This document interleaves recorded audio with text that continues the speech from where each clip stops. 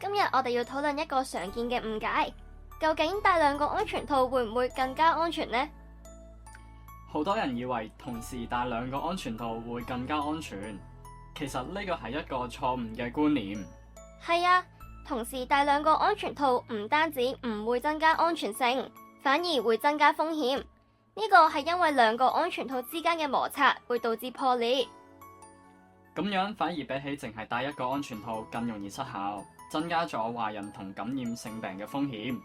正確嘅做法係只係戴一個安全套，一個已經通過品質檢測嘅安全套已經足夠提供保護。確保安全套正確使用都好重要，要全程佩戴，而且要揀啱自己合適嘅尺寸同材質。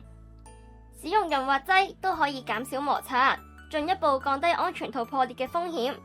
記得揀返水性或者直肌潤滑劑，因為油性潤滑劑會損壞安全套嘅材質。大家要記住，戴一個安全套就夠啦，而且要正確使用，咁樣先可以真正保護自己同伴侶嘅健康。今日嘅分享就到呢度，如果大家有任何問題或者需要更多嘅資訊，都歡迎隨時聯繫我哋。我哋下次見。